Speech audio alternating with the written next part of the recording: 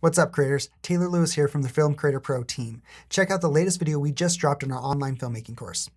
Enjoy. When you first get to a set and you're about to set up the lights and camera, where do you start? This is one of my favorite topics because most of the time it's like a blank canvas and you get to decide how to start painting this image. A lot of times this can be challenging, so here are the steps we take to get started. The first thing I like to do is set up the camera so I can see the frame that we'll be shooting. There's also smartphone apps to mimic lenses on different cameras that I occasionally use as well. But for the most part, I prefer looking through the actual camera. This step is super important, even if you did a proper location scout, have storyboards and a shot list, and whatever. You still need to frame up something so you can properly light it. The next step is to look at the set and find motivation.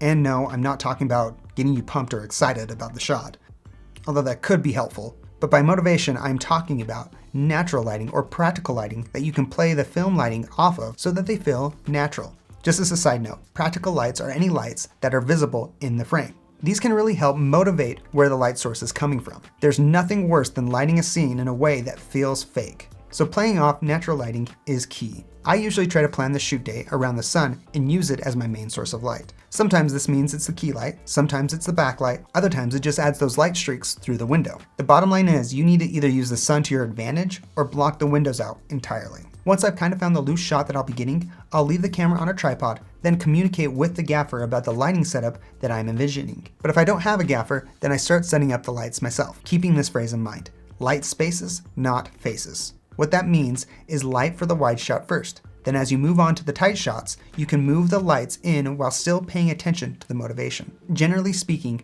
I like to start with the key light first, which is often our brightest light. This part can be challenging because I'm a visual person. Sometimes I don't know what I want until I see it. So that means setting up a light and seeing how it feels. But the key here is to not get frustrated and give up. Just set up a light and move it around until it feels good. Paying attention to any natural light sources or any practical lights so that the key light looks natural. I'll often have the actors, a PA, a producer, whoever, stand in so I can look at the shadows through the camera. Once I have the key looking good, then I can move on to the backlight, practicals, or any other source that I want. When adding any light, I always look for ways to motivate it. With a backlight or hair light, I try to have a window or a practical light in the background. This will help sell your lighting. At the end of the day, this is very subjective, so you really have to do whatever feels good. Do you want soft lighting, high key, low key, moody, lots of colors? I'll often check my mood and storyboards at this point just to make sure that I'm still on track with what I was envisioning.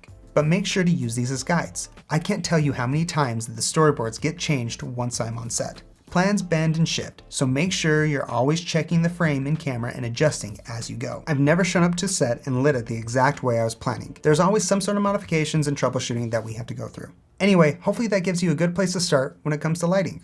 Let me know if you have any other questions. Thanks for watching, everyone. If you want to learn more about filmmaking or pursue a filmmaking career, please check out our online course, Film Creator Pro. In there, we have over 5 hours of content. We'll share with you everything there is to know about filmmaking, like how to direct actors, how to write, sound hacks, lighting hacks, pretty much anything you need to know.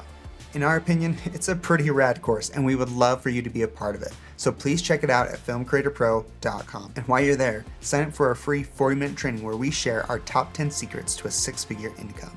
And don't forget to do that YouTube thing to like, comment, and subscribe.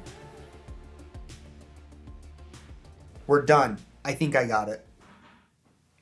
Wrapping this thing up.